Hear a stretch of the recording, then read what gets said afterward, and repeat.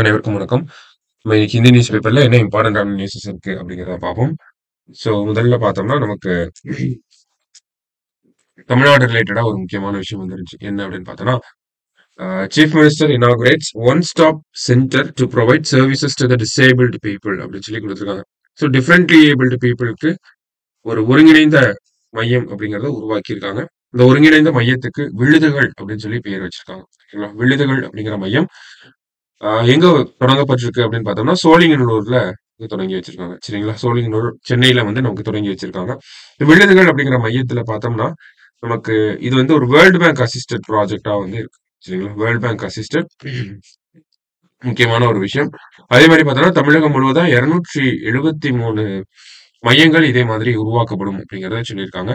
இதுல என்ன மாதிரியான சேவைகள் வழங்க போறாங்க அப்படின்னு பார்த்தோம்னா, முதலமைச்சரின் காப்பீட்டு திட்டத்துக்கு கீழ நமக்கு பார்த்தோம்னா, ரீஹாபிலிட்டேஷன் ப்ரொஃபஷனல்ஸ் அப்படிங்கிறது இருக்க போறாங்க இந்த மையத்தில.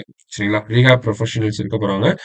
எதுலலாம் ரீஹாப் ப்ரொஃபஷனல்ஸ் இருப்பாங்க அப்படின்னு பார்த்தோம்னா, ஸ்பெஷல் எஜுகேஷன் அப்படிங்கிற கேட்டகரியில, ஆப்டோமெட்ரி அப்படிங்கிற category, audiology, speech therapy, physiotherapy, occupational therapy and psychological counselling. ஓகேங்களா?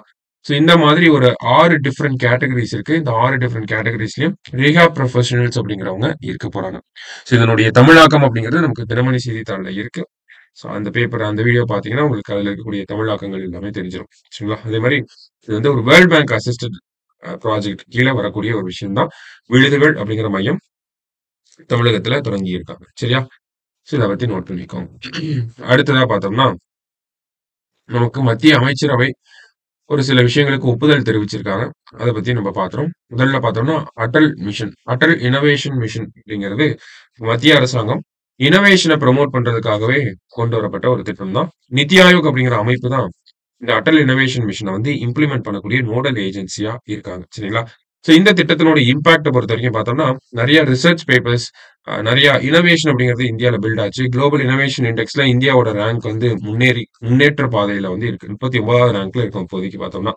ஸோ இந்த மிஷனோட இம்பாக்ட்டா தான் இது எல்லாமே பார்க்குறாங்க. அப்படிங்கிறப்ப இந்த மிஷன இன்னும் கன்டின்யூ பண்ணலாம் அப்படின்னு சொல்லி கேபினெட்ல இருந்து அப்ரூவல் கிடைச்சிருக்கு.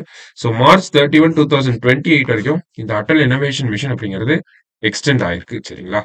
அததான் இங்க குடுத்திருக்காங்க. லாஸ்ட்டா பார்த்தோம்னா, நமக்கு இன்னொரு கேபினெட் அப்ரூவல்ல என்ன குடுத்திருக்காங்க அப்படின்னு பார்த்தோம்னா, ஒன் நேஷன், ஒன் சப்ஸ்கிரிப்ஷன் அப்படிங்கிற ஸ்கீம் கொண்டு வந்திருக்காங்க. ஓகேவா? ஸோ ஒரே நாடு, ஒரே சந்தா அப்படின்னு சொல்லி தமிழ்ல சொல்லுவோம். ஓகேவா? One nation, one subscription.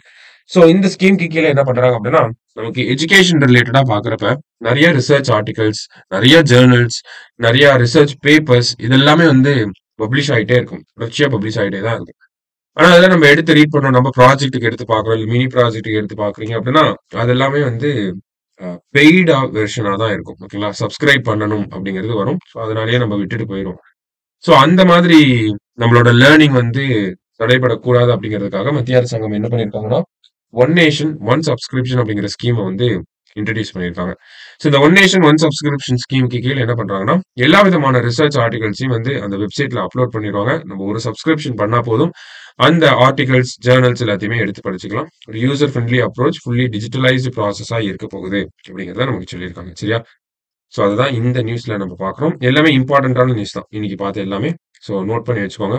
And then கான்ஸ்டிடியூஷனோட 75த் anniversary November 26, 1949ல கையெழுத்து போட்டிருப்பாங்க.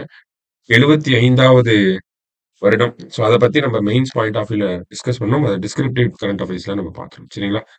ஸோ இன்னைக்கு இம்பார்ட்டன்ட் நியூஸஸ்லாம் பார்த்தாச்சு. Thank you.